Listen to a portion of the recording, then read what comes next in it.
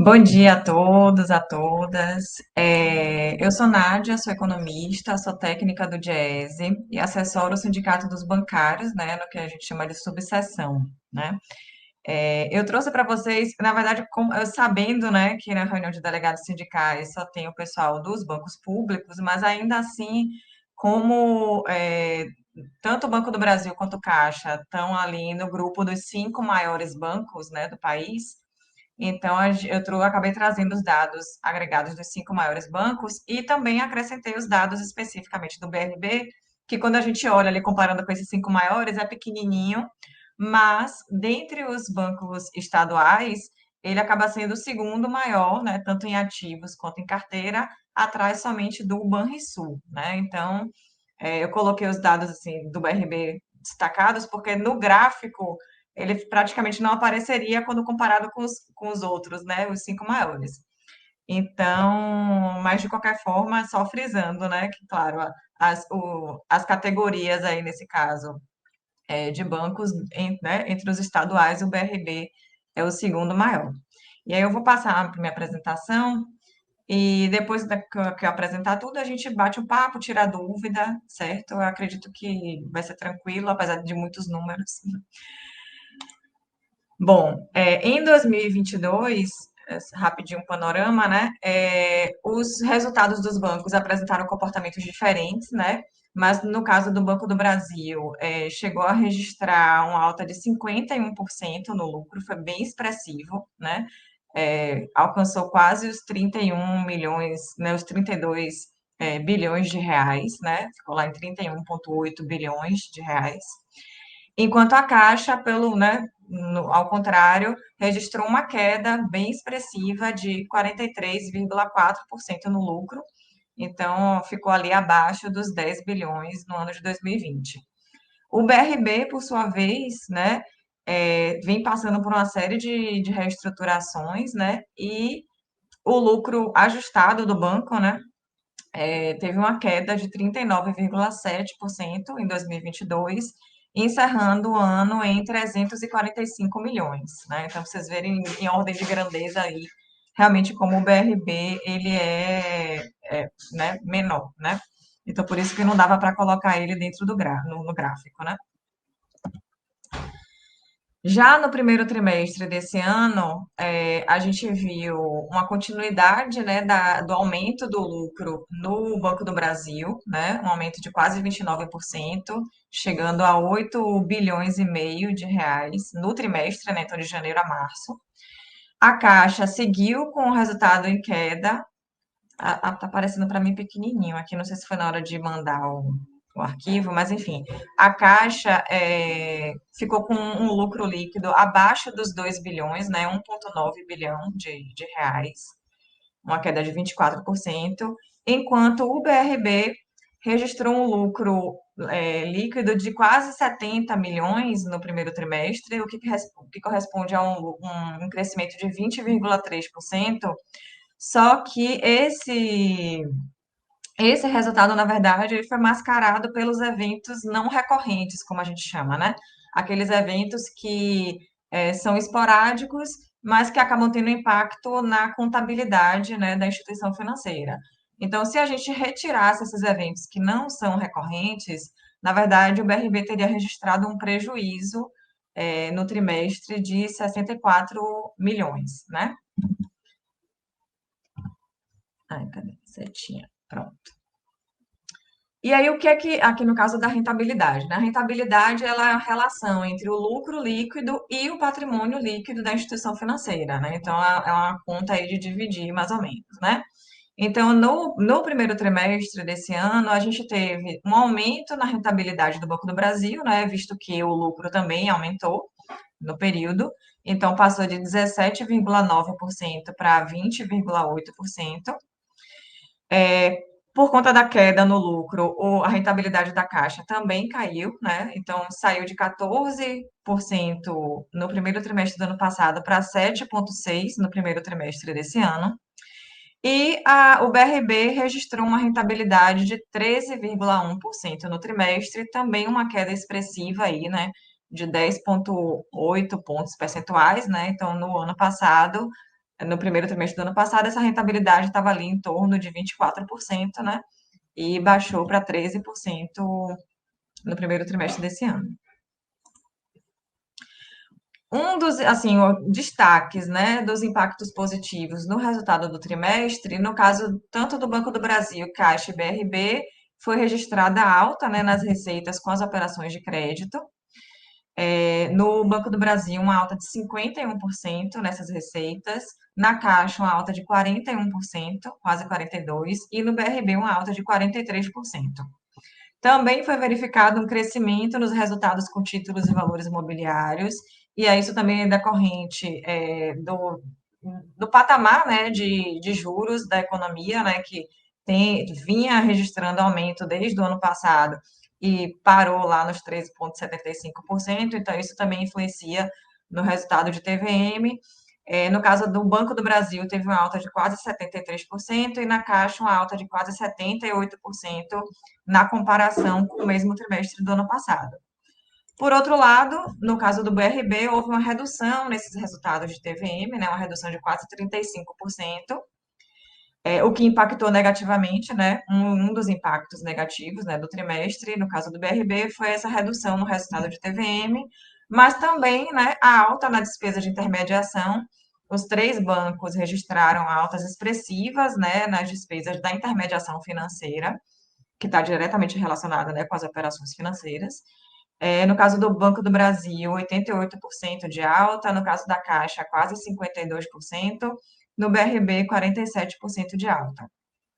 Também outro item que, né, que foi verificado aumento foi as despesas com provisão para crédito de liquidação duvidosa, né, conhecida como PDD. Na Caixa aumentou 56% e no BRB aumentou 82%. No Banco do Brasil teve redução, né? Por isso que a gente não colocou aqui, porque no caso do Banco do Brasil essas despesas diminuíram um pouco, acho que em torno de 8%. E aí, sim, só para também relembrar, é, relembrar não, na verdade, porque acho que nem todo, né, na verdade, os delegados nem todo mundo tem acesso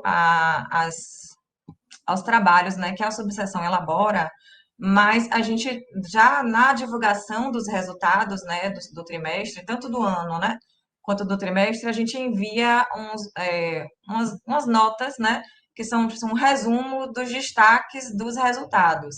Então, na verdade, esse detalhamento mais né, de cada um tá nesses destaques dos resultados que eu posso disponibilizar, é algo que a gente manda para toda a diretoria, né? E que pode ser disponibilizado, né, para quem tiver interesse. Então, vai ter um pouco mais de detalhamento aí desses números que eu estou passando, certo? E, além disso, também, como eu falei em relação à comparação com o BRB, né, e outros bancos públicos, a gente também fez um trabalho com os dados de 2012, né, comparando 2022, desculpa, 2022 com 2021, dos bancos estaduais, né, os bancos públicos estaduais. Então, a gente tem esse dado vai até 2022. Não tem do trimestre, porque nem todos os bancos divulgam os dados trimestrais, né? Alguns só divulgam no semestre e no ano, né? Então, para o primeiro trimestre, a gente não teria de todos, então, por isso que a gente não fez esse dos bancos públicos para todos. Mas também é um trabalho que eu posso disponibilizar, né? Bom, os ativos, né, como eu falei, os cinco maiores bancos, comparando com o BRB, né, tem ativos num patamar muito acima, né, na casa dos trilhões de reais, na verdade, né, então o Banco do Brasil aí, mais de 2 trilhões de reais em ativos no primeiro trimestre, um crescimento de 3,8%. A Caixa, ativos somando ali 1,6 trilhão de reais, né, com aumento de 11% também, né, na comparação dos últimos 12 meses, enquanto o BRB somou 42,9 bilhões, né, um crescimento de 12%. Como eu falei, o BRB é o segundo maior banco estadual, público estadual, né, atrás do Banrisul. A setinha, eu me esqueci da setinha. Aqui, a setinha. E a carteira de crédito, né? A gente tem visto um crescimento sustentável, né, da carteira de crédito dos bancos. Os bancos eles têm diversificado seus produtos, atraído novos clientes, meio que um movimento também, né, em resposta ao crescimento dos bancos digitais, das fintechs. das carteiras de pagamento, né, que não são nem bancos, enfim, que atraiu um número muito grande de clientes nos anos mais recentes. Então, os bancos eles têm ousado um pouco mais aí na sua carteira de clientes, né, na oferta de créditos variados, e essas carteiras também têm crescido, né, em linhas, né, em produtos com um pouco mais de risco, né, mas também que acabam tendo um retorno um pouco maior, como, por exemplo, cartão de crédito, cheque especial, né, para a pessoa física, no caso. Mas no caso do Banco do Brasil e Caixa, a gente também tem observado um crescimento no, nos produtos, né, de financiamento imobiliário, por exemplo, o que acaba sendo também positivo, visto que né, um crescimento no setor imobiliário pode fomentar um crescimento na construção e toda a sua cadeia, né? Gerando um resultado positivo para uma cadeia inteira que gera bastante emprego, então, de certa forma, acaba tendo um impacto positivo, né, esse aumento no crédito imobiliário. O Banco do Brasil superou um trilhão, né, de reais em carteira de crédito no primeiro trimestre desse ano, uma alta de quase 17%. A Caixa aumentou em 17% também, né, quase, sua carteira, também superando um trilhão de reais, né, no primeiro trimestre desse ano, enquanto o BRB somou 32 bilhões em carteira de crédito no trimestre, uma alta de quase 40%, uma alta bastante expressiva no período, né? E aí eu trouxe aqui. Ai, peraí, gente, porque às vezes o negócio é só. Ah, apareceu. Rapidinho também, né? Desculpa, já pedindo desculpa pelo B minúsculo aqui, que depois que eu já tinha mandado o arquivo, que eu reparei que estava com B minúsculo do Banco do Brasil. Mas aí também desagreguei, assim, pelos grandes itens, né, da carteira do banco, comparando o primeiro trimestre do ano passado com o desse ano. E aí o que a gente vê é uma maior participação, né, da carteira interna, né? Essa carteira, no caso, né, só para explicar. A carteira ampliada considera tanto a carteira interna, né, das operações realizadas pelo banco aqui dentro do país, quanto a carteira, né, das operações realizadas fora do país e também os TVMs, né, e garantias. Então, é a soma aí desses três componentes, né, que totaliza a carteira ampliada. Então, a maior parte da carteira é a carteira das operações realizadas dentro do país, né, 85%, sendo que pessoa física ainda tem a maior parcela, né, dessa carteira, mas o agronegócio tem subido bastante, já está quase empatando ali com a carteira de pessoa física. A carteira jurídica, de pessoa jurídica, vinha aumentando também, na verdade, vinha caindo nos últimos anos, mas a partir da pandemia voltou a crescer, especialmente no segmento de micro, pequenas e médias empresas, né? Mas fica ali praticamente dividido igualzinho, né? Entre as três, mas com ainda a carteira de pessoa física tendo a maior participação, né? Esses três grupos, né, registraram aumento no período, né?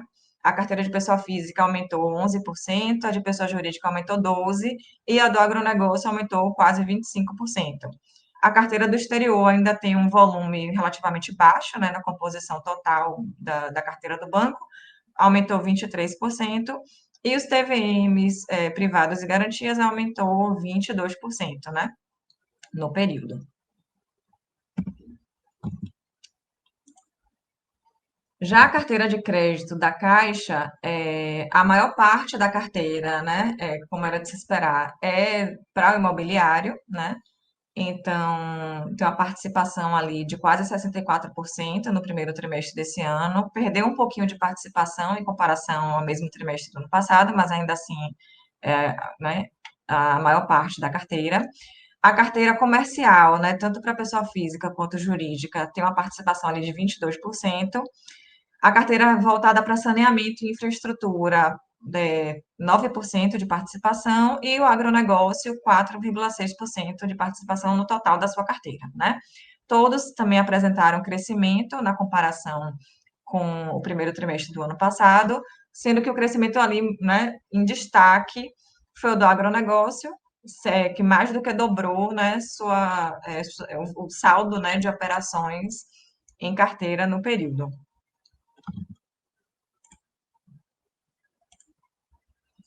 E a carteira de crédito do BRB, né, que cresceu quase 40%, né, No período a gente teve também, né,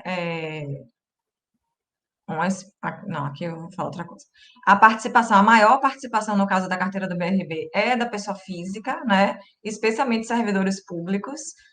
O BRB, ele, como eu falei, né, ele tem, no período mais recente, sofrido uma série de reestruturações no sentido de ampliar sua base, né, de atendimento. Então, a princípio, era um banco regional, né, que atendia basicamente o DF, ali a região, alguns estados, né, do Centro-Oeste e outros estados soltos no país. E a partir da parceria com o Flamengo, né, e com a implantação do banco digital, né, por conta disso, então ele aumenta a sua atuação, né, seu alcance de atuação para todo o país, e aí um aumento expressivo, né, da carteira voltada para a pessoa física, que também é reflexo do aumento expressivo no número de clientes, né? Então, 57%, mas sempre foi, né, a pessoa física a maior parte da carteira, respondendo por 57% no primeiro trimestre desse ano. A carteira pessoa jurídica responde por 7,2%, a carteira habitacional por 22,5%, cartão de crédito que eles botam separado, né, desagregado, tem um peso ali de 5,7%, a carteira rural, a despeito da participação baixa, né, 2,5% no total, mas o BRB é líder também, né, no crédito rural da região, né, Centro-Oeste, então, concorrendo ali, né, com o Banco do Brasil, que no país é o que ainda detém a maior participação no crédito rural, né? E a carteira voltada para as ações, né, do governo cresceram, né, bastante, né, no período, então saíram ali de 355 milhões no primeiro trimestre do ano passado para mais de, né, 1,5 bilhão no primeiro trimestre desse ano, um crescimento bastante expressivo. Apesar de ainda ter uma participação, né, comparada com pessoa física e habitacional, ainda uma participação baixa. Bom, e aqui, né, a gente sabe que com o aumento da carteira, das carteiras, da diversificação de produtos, especialmente, como eu falei, né, produtos de risco um pouco mais elevado, com retorno maior, mas também risco maior, a própria situação de crise, né, que o país tem vivido nos últimos anos, que dá sinais de melhora, mas não de uma melhora sustentável, né? Então, o que a gente, né, observa no período mais recente, né, especialmente ao longo de 2022, foi uma retomada do crescimento da inadimplência entre os maiores bancos, né? Um emaranhado de linhas aqui, eu sei, mas destacar aqui a Caixa, que é essa linha amarela, né? Então, a evolução aqui desde março de 2018 até o primeiro trimestre desse ano, né? Março de 2023, enfim, teve um momento em que subiu, depois voltou a cair, mas ao longo de 2022 deu uma subidinha, né? Saiu de 2,3% em março de 2022 para 2,7% em março desse ano. O Banco do Brasil é essa linha azul, então, né, também teve um movimento de alta, depois um movimento de queda e uma leve alta também a partir do ano passado, né? Então, em março de 2022 estava em 1,9%, e em março desse ano tinha subido para 2,6%, né? E o BRB é essa linha roxa, né, aqui de baixo, também vem, né, vinha no movimento decrescente, subiu bastante, foi um movimento contrário, na verdade, né? Subiu bastante em 2021, chegou a alcançar 3,1% de inadimplência, né, em março de 2022, e ao longo, né, do ano foi baixando, agora em março de 2023 está em 2%. Uma observação, se vocês olharem aqui no final da tabela, ou no final do gráfico, né, é, essas três linhas, a roxa, a amarela e a azul, elas estão abaixo dos demais bancos, que são os três maiores bancos privados, né? Santander, Bradesco e Itaú.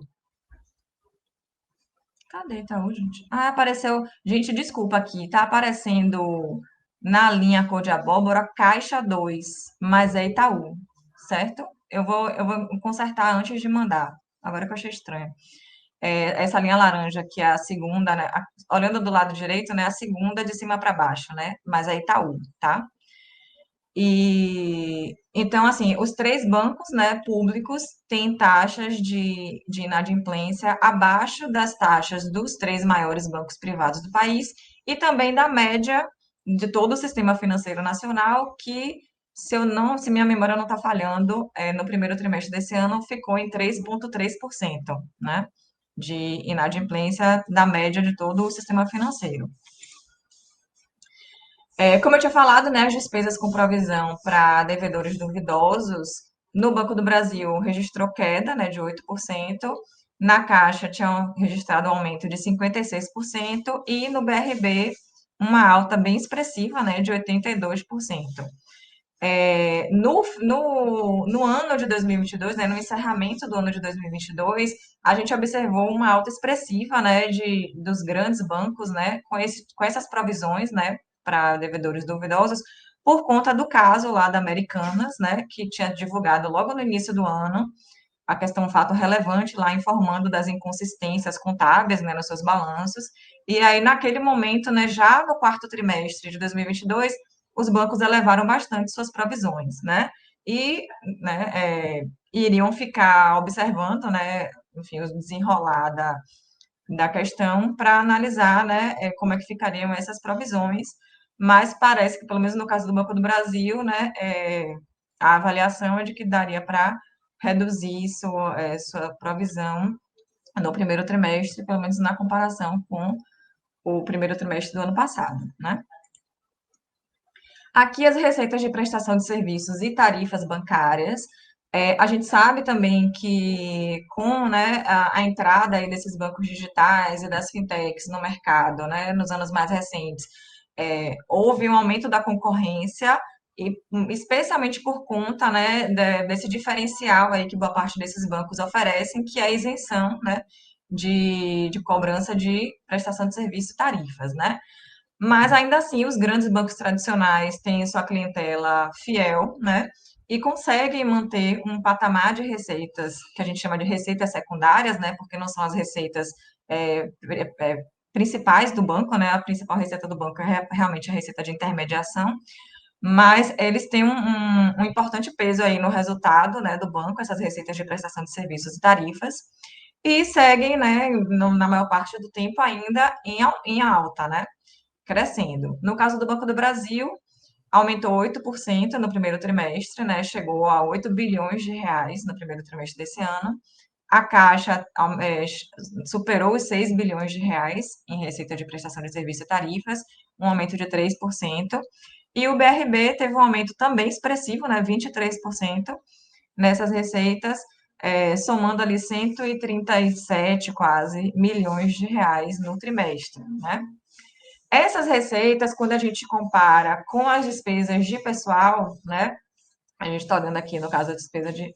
Acabou que ficou por cima, né? A despesa de pessoal do. Peraí, deixa eu ver se eu acho aqui quanto é que foi a da Caixa. Ficou por cima, depois eu vou mudar. Bom, as despesas de pessoal também, né, aumentaram nessa comparação aí dos trimestres, né, em 12 meses. No caso do Banco do Brasil, aumentou 10%, na Caixa aumentou 11%, né, tá escondidinho, depois eu vou mostrar de novo, né, quando eu fizer a alteração do arquivo para enviar para vocês. E no BRB, as despesas de pessoal mais PLR aumentaram 11%, né? No caso do Banco do Brasil, ficou ali quase 6,7 bilhões de reais. Na Caixa, as despesas somaram 7,2 bilhões de reais. E no BRB, 326 milhões de reais, né? Com despesa de pessoal mais PLR no trimestre, certo? E aí, quando a gente compara, né, essas despesas de pessoal com as receitas de prestação de serviço, que, como eu falei, são receitas secundárias do banco, né, o que a gente observa, né, entre os grandes bancos, né, pelo menos os quatro maiores, com exceção da Caixa, é que essas receitas, elas conseguem pagar todas as despesas de pessoal, né, desses bancos. Então, ou seja, as receitas secundárias, elas conseguem cobrir toda a despesa de pessoal do banco, né, e ainda sobra.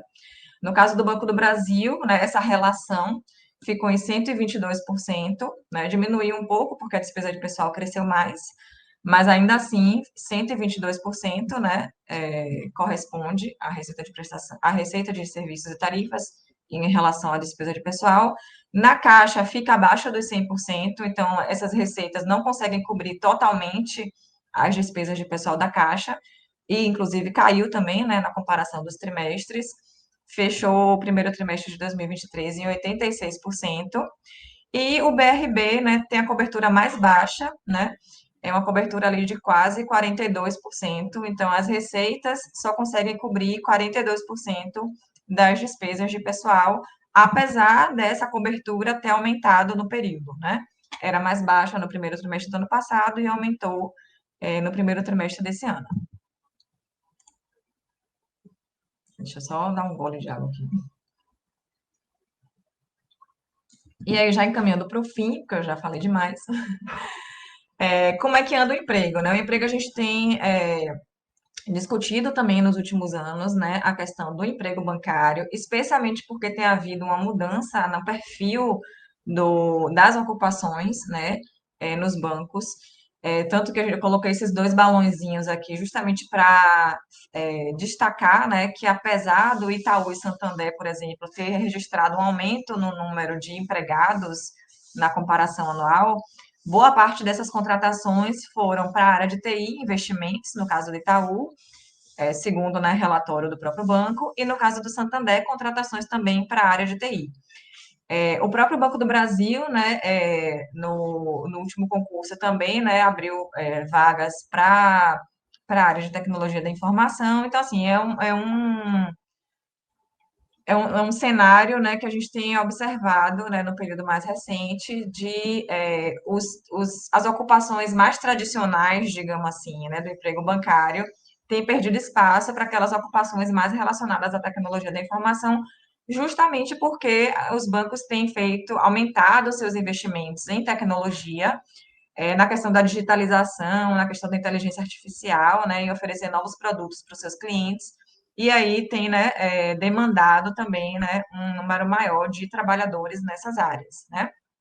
No caso do BRB, até o início do ano passado, se eu não me engano, até o primeiro trimestre do ano passado, eles ainda divulgavam o total de trabalhadores, mas já no segundo trimestre do ano passado, eles pararam de divulgar o total de trabalhadores nos seus relatórios, né? A gente sabe que tem como pegar o dado da transparência, né, do GDF, mas no relatório mesmo, eles só têm divulgado agora o número de convocações, né, dos aprovados nos concursos. Então, pararam de divulgar, então a gente acabou não colocando, porque esses dados aqui, eles são dados que a gente pega nos relatórios das demonstrações financeiras dos bancos, né? E aí, para terminar de fato, a questão também, né, também essa mudança, né, de privilegiar o digital em detrimento do físico, né, também tem havido nos últimos anos um movimento de redução nas agências físicas, né, que a gente chama as agências tradicionais dos bancos, implantação de novos modelos, né, Santander agora chama agência de loja, tem os bancos digitais, ou as agências digitais, as agências especializadas, as unidades de negócio, então, assim, né, uma variedade de tipos, né, de pontos de atendimento para o cliente, e as agências físicas tradicionais têm perdido espaço aí em relação ao total, né, de pontos de atendimento. No caso do Banco do Brasil, nessa comparação anual, teve uma redução de 4 agências tradicionais, mas agências digitais especializadas somam já 808, né? A Caixa tem mantido o seu número de agências físicas, né? Não tem alterado já, né? Nos últimos trimestres a gente não tem visto, né? Nem fechamento nem abertura de novas agências. E o BRB aumentou em 18 agências, né? Nos últimos 12 meses. É, Fechou o primeiro trimestre desse ano com 188 agências, mas também com um número, né, crescente de pontos de atendimento pelo país, né? Também nessas parcerias, especialmente com correspondentes bancários, enfim. E também investindo nessa questão do banco digital, né? E aí, gente, acho que é isso, né? Acho que eu falei realmente demais, mas aí eu tô aberta agora aqui para a gente conversar um pouquinho. De qualquer forma, o que eu queria mostrar, né, é que os bancos públicos, né, Caixa, Banco do Brasil, eles estão ali concorrendo de igual para igual com os maiores bancos privados do país, tem sua importância, né, a gente, inclusive, na rede bancária do Diese, está começando a elaborar um material voltado para os bancos públicos, né, então deve estar saindo agora no mês de junho, justamente para mostrar a importância dos bancos públicos, né, na oferta de crédito no país, a sua capilaridade, né, pelo país, né, que é um país de dimensão continental. A gente sabe que os bancos privados, eles preferem estar naquelas localidades mais rentáveis, né, e o papel do banco público é justamente ir aonde, né, um dos papéis, né, claro, onde os bancos privados não têm interesse de chegar, né, tanto em termos geográficos como em atendimento mesmo, né, a parcelas da população. Então, era isso, né? Agradecer aí pela atenção de vocês. Estou à disposição, né? O Diese, ele disponibiliza alguns canais, né? Depois pode, tanto para ouvir, né?